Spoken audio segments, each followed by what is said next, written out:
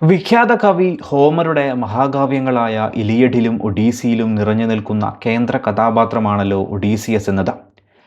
Greek പുരാണങ്ങളിലെ ഇതിഹാസ നായകനായ Odysseus അപാരമായ ബുദ്ധിശക്തിയും കൗശലവും ഏത് പ്രതിസന്ധി ഘട്ടത്തിലും തളരാത്ത മനസ്സിൻ്റെ ഉടമയായതുകൊണ്ട് കൂടി എന്നും ചർച്ച ചെയ്യപ്പെടുന്ന ഒരു നായകനാണ്.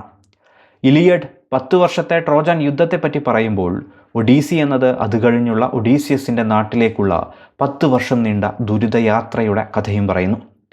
ഇതിഹാസ നായകൻ്റെ കഥ പറയുമ്പോൾ പക്ഷേ പൊതുവിൽ ആരും പറഞ്ഞു കേൾക്കാത്ത ഒന്നാണ് ഒഡീസിയസിൻ്റെ അവസാന കാലവും എങ്ങനെ അദ്ദേഹം കൊല്ലപ്പെട്ടു എന്നതും.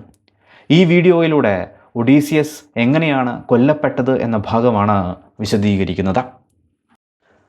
ട്രോജൻ യുദ്ധത്തിനപ്പുറം 10 വർഷത്തെ കടൽ യാത്രയ്ക്കും നേരിടേണ്ടി വന്ന ദുരിതങ്ങൾക്കുമൊക്കെ അപ്പുറം ഒഡീസിയസ് തൻ്റെ സ്വന്തം നാടായ ഇത്താക്കയിൽ തിരിച്ചെത്തിയല്ലോ. യുദ്ധത്തിനായി പുറപ്പെട്ട് മൊത്തത്തിൽ 20 വർഷങ്ങൾക്ക് ശേഷമാണ് ഒഡീസിയസ് എന്ന ഇത്താക്കയിലേക്ക് തിരിച്ചെത്തുന്നത്. ആ സമയം രാജ്യം കലുഷിതവുമായിരുന്നു. അവിടെ തൻ്റെ ഭാര്യ പെനലോപ്പിനെയും രാജ്യവുമൊക്കെ പിടിച്ചെടുക്കാൻ ഒട്ടനവധി ശക്തികൾ നിൽക്കുന്നുണ്ടായിരുന്നു. എന്നാൽ അവരെയെല്ലാം വധിച്ച് ഒഡീസിയസ് തൻ്റെ രാജ്യം തിരിച്ചുപിടിക്കുകയും മകനായ ടെലിമാക്കസിനോടൊപ്പം ഇത്താക്കയുടെ ഭരണം തുടരുകയുമുണ്ടായി. അങ്ങനെ വർഷങ്ങൾ കഴിഞ്ഞു. ഒഡീസിയസ് പ്രായമായ ഒരു ഭരണാധികാരിയായി മാറി. തൻ്റെ തിരിച്ചുവരവിൽ ചെയ്ത കാര്യങ്ങൾ കൊണ്ടുതന്നെ കടൽ ദേവനായ പോസിഡോണിൻ്റെ കോപം ഇപ്പോഴും അടങ്ങിയിട്ടില്ല എന്ന പ്രവചനം ഒഡീസിയസിനെ അലട്ടുന്നുണ്ടായിരുന്നു. ഒഡീസിയസിൻ്റെ അന്ത്യം കൊട്ടാരത്തിൽ വച്ചല്ല, പകരം കടലിൽ നിന്ന് നിന്നെ തേടിയെത്തും എന്നൊരു പ്രവചനവും പാതാളത്തിൽ നിന്ന് ഒഡീസിയസിന് ലഭിച്ചിരുന്നു. ഒഡീസിയസിൻ്റെ ഇത്താക്കയിലേക്കുള്ള മടങ്ങിവരവ് വിഖ്യാതമായ യാത്രകളുടെ കഥകൾ കൂടിയാണല്ലോ. ആ യാത്രക്കിടയിൽ മന്ത്രവാദിനിയും ദേവതയുമായ സിർസിയുടെ ദ്വീപിൽ ഒഡീസിയസും കൂട്ടരും എത്തുന്നുണ്ട്. ആദ്യം ചില സംഘർഷമുണ്ടായിരുന്നെങ്കിലും പിന്നീട് സിർസിയുടെ വിരുന്നുകാരായി ഒഡീസിയസും കൂട്ടരും 1 വർഷത്തോളം കാലം ഈ ദ്വീപിൽ ചെലവഴിക്കുന്നുണ്ട്. ഈ കാലഘട്ടത്തിൽ സിർസിയിൽ ഒഡീസിയസിന് ഒരു മകൻ ജനിക്കുന്നുമുണ്ട്. അവൻ്റെ പേരാണ് ടെലഗോണസ് എന്നത്. ഒഡീസിയസിൻ്റെ ജീവിതം വിധിയുടെയും ശാപങ്ങളുടെയും നിഴലിൽ നിന്നപ്പോഴും ഇത്താക്കയിലേക്ക് മാത്രം ശ്രദ്ധിച്ചിരുന്നതുകൊണ്ട് തന്നെ സിർസി മകനോട് ഒഡീസിയസിൻ്റെ കാര്യം ഒരു കാലത്തും പറഞ്ഞിരുന്നില്ല. എന്നാൽ ടെലഗോണസിന് 20 വയസ്സായ സമയത്ത് അവൻ്റെ ചോദ്യങ്ങളിൽ ശക്തി വർദ്ധിക്കുകയും ഒടുവിൽ നാടൊട്ടുക്കും പാടി നടക്കുന്ന ഒഡീസിയസ് എന്ന മഹാവീരനാണ് തൻ്റെ പിതാവ് എന്നും ടെലിഗോണസ് മനസ്സിലാക്കുകയുണ്ടായി. അഭിമാനം കൊണ്ട് നിറഞ്ഞ ആ പുത്രന് പിതാവിനെ കാണാനും അനുഗ്രഹം വാങ്ങാനും ആഗ്രഹം വന്നെത്തി. അതിനായി അനുവദിക്കണമെന്നും ഇത്താക്കയിലേക്ക് പോകാനായി ഒരു കപ്പൽ തരണമെന്നും ടെലഗോണസ് ആവശ്യപ്പെട്ടു. ഒളിമ്പസ് മലയിലെ ദൈവങ്ങളുടെ ഒടുങ്ങാത്ത ശാപം തൻ്റെ മകനെയും തേടിയെത്തുമോ എന്ന് സിർസി ഭയന്നെങ്കിലും മകൻ്റെ വാശിക്ക് മുന്നിൽ യാത്രയ്ക്കുള്ള അനുവാദം അവർക്ക് നൽകേണ്ടി വന്നു. അങ്ങനെ ഇത്താക്കയിലേക്കുള്ള യാത്രയ്ക്കായി ശക്തമായ ഒരു കപ്പലും 20ലധികം പോരാളികളും ഒരുങ്ങി. യാത്രയ്ക്ക് തൊട്ടു മുൻപായി സിർസി തൻ്റെ മാന്ത്രിക അറയിലേക്ക് പോവുകയും ഒരു മാന്ത്രിക കുന്തമെടുത്ത് ടെലഗോണസിന് സമ്മാനിക്കുകയും ചെയ്തു. അതിൻ്റെ മരത്തണ്ട് അപൂർവമായ ഈട്ടിത്തടി കൊണ്ട് ഉണ്ടാക്കിയതായിരുന്നു. അതിൻ്റെ മുന ലോഹമായിരുന്നില്ല, പകരം സാക്ഷാൽ കടൽ ദേവനായ പോസിഡോണിൻ്റെ ആഴക്കടലിലെ ഭീകരജീവിയായ സ്ട്രിംഗ് റേ അഥവാ കൂറ്റൻ തിരണ്ടിയുടെ മുള്ളായിരുന്നു. ദേവന്മാരുടെ ശില്പിയായ ഹെഫെസ്റ്റസ് നിർമ്മിച്ച മാന്ത്രിക ആയുധമായിരുന്നു അത്. മുള്ളിലടങ്ങിയിരിക്കുന്നത് സമുദ്രത്തിലെ ഏറ്റവും കഠിനമായ വിഷമാണെന്നും ദൈവങ്ങൾക്ക് പോലും ഈ വിഷത്തെ ചെറുക്കാൻ കഴിയില്ലെന്നും കടൽ ദേവനായ പോസിഡോണിന് അച്ഛനായ ഒഡീസിയസിനോട് കടുത്ത പകയുള്ളതിനാൽ നിന്റെ യാത്രയിൽ കടലിൽ വല്ല ആക്രമണമുണ്ടായാൽ നിന്റെ ജീവൻ അപകടത്തിലാവുന്നെങ്കിൽ മാത്രം ഇത് ഉപയോഗിക്കുക എന്ന ഉപദേശവും സിർസി തൻ്റെ മകനോട് നൽകുകയുണ്ടായി.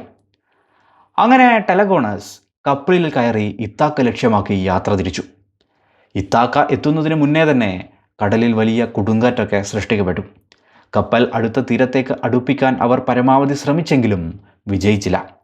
ഒടുവിൽ കടുത്ത കാറ്റിലും തിരമാലകളിലും പെട്ട് ആടി ഉലഞ്ഞ കപ്പൽ തകർന്ന് ഇത്താക്കയുടെ തെക്കൻ തീരത്തെ ഒരു മലയോര ഗ്രാമത്തിൽ ചെന്നടിയുകയുണ്ടായി. കപ്പൽ തകർന്ന് തീരത്തടിഞ്ഞ ടെലഗോണസും അവൻ്റെ 20ഓളം വരുന്ന സൈനികരും കടുത്ത വിശപ്പും ദാഹവും കൊണ്ട് വലയുകയുണ്ടായി. എത്തിച്ചേർന്ന മേഖല ഏതാണെന്ന് മനസ്സിലാവാതിരുന്നതിനാൽ അവർ തീരത്തിനടുത്തുള്ള ഗ്രാമത്തിലെ ജീവികളെയൊക്കെ കൊല്ലുകയും ഗ്രാമത്തിലെ സാധനങ്ങളൊക്കെ കൊള്ളയടിക്കുകയും ചെയ്തു. ഇത് കണ്ട് ഗ്രാമവാസികളൊക്കെ ഭയന്നോടുകയും പ്രതികരിച്ചവരെ ടെലഗോണസിൻ്റെ സൈന്യം ആക്രമിച്ച് പരിക്കേൽപ്പിക്കുകയും ഒക്കെ ചെയ്തു. അതോടെ വാർത്ത അതിവേഗം ഇത്താക്കയിലെ കൊട്ടാരത്തിലേക്ക് എത്തപ്പെട്ടു. ഒരു കടൽ കൊള്ള സംഘം ഇത്താക്ക ആക്രമിച്ചിരിക്കുന്നുവെന്നും തെക്കൻ തീരത്തെ ജനങ്ങളെ ഉപദ്രവിക്കുന്നുവെന്നും ഒഡീസിയസിന് അതിവേഗം സന്ദേശം ലഭിച്ചു. അത് കേട്ട ഒഡീസിയസിലെ ഭരണാധിപൻ ഉണർന്നു. കവചമണിഞ്ഞ ഒഡീസിയസ് മകൻ ടെലിമാക്കസിനെയും 100ഓളം വരുന്ന ഇത്താക്കൻ യോദ്ധാക്കളെയും കൂട്ടി ആ അർദ്ധരാത്രിയിൽ തന്നെ തെക്കൻ തീരത്തേക്ക് തിരിച്ചു. കനത്ത മഴയിലും ഇരുട്ടിലും സമുദ്രതീരത്തങ്ങനെ ഇരുവരും പരസ്പരം കണ്ടുമുട്ടി. വലിയൊരു സൈന്യത്തെ കണ്ട ടെലിഗോണസ് ഇവിടെ നിന്നിനി ജീവനോടെ മടങ്ങണമെങ്കിൽ ഇവരെ തോൽപ്പിച്ചേ തീരൂ എന്ന നിലയിൽ സൈനികരോട് ഒരുങ്ങാൻ ആവശ്യപ്പെട്ടു.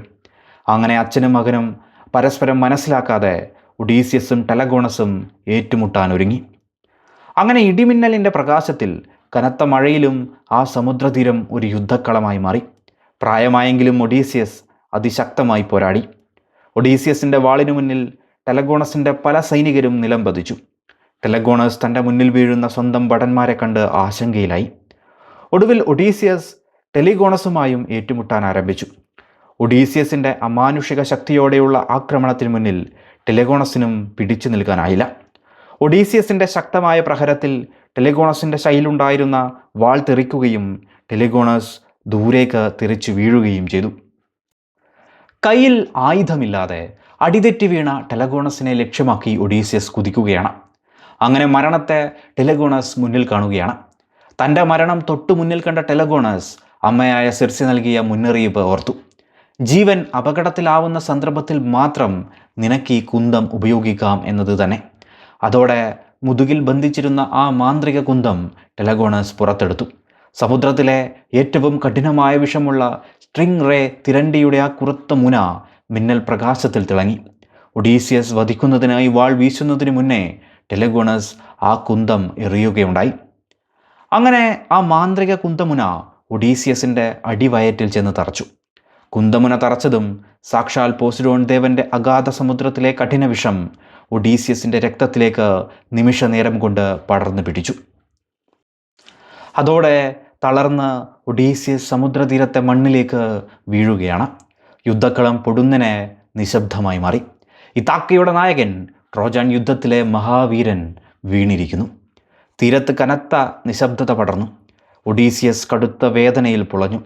തൻ്റെ അരികിലേക്ക് നടന്നെത്തിയ ടെലിഗോണസിനോട് ആരാണ് നീ എന്നും ഒരു മനുഷ്യൻ്റെ ആയുധത്തിനും തകർക്കാൻ കഴിയാത്ത എന്നെ എന്ത് മാന്ത്രിക ആയുധം വെച്ചാണ് നീ വീഴ്ത്തിയത് എന്നും ചോദിക്കുകയുണ്ടായി.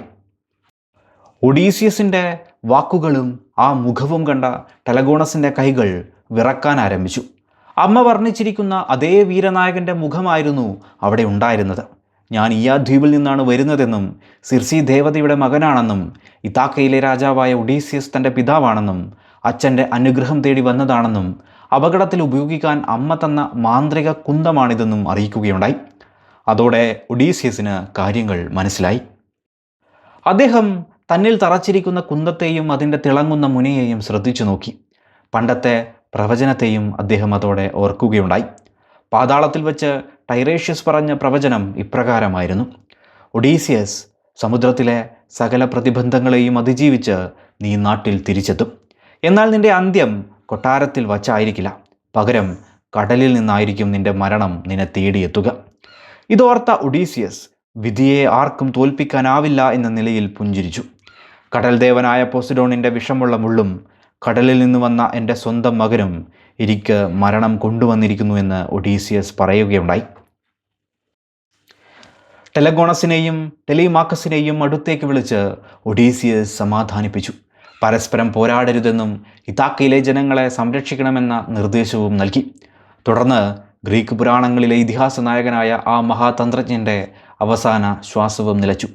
മഹാവീരനായ ഒഡീസിയസിൻ്റെ മൃതദേഹം ഇതാക്കൻ ജനത കൊട്ടാരത്തിലേക്ക് എത്തിച്ചു. ഏവരും ദുഃഖത്തോടെ ആ ഇതിഹാസ നായകന് വിട നൽകിയതായി കഥ അവസാനിക്കുന്നു. ഒഡീസിയസിൻ്റെ കാലഘട്ടത്തിന് ശേഷം അനവധി നൂറ്റാണ്ടുകൾ കടന്നുപോയെങ്കിലും ട്രോയ് കീഴടക്കിയ ഒഡീസിയസിൻ്റെ വീരഗാഥകളും 10 വർഷം നീണ്ട സമുദ്രയാത്രയിലെ വീരകഥകൾക്കുമൊക്കെ ഒപ്പം ആ സമുദ്രതീരത്തെ കണ്ണീരിൻ്റെ കഥയും ഗ്രീക്ക് ഇതിഹാസങ്ങളിൽ പ്രധാനപ്പെട്ട ഭാഗമായി ഇന്നും നിലനിൽക്കുന്നു എന്ന് പറയാം.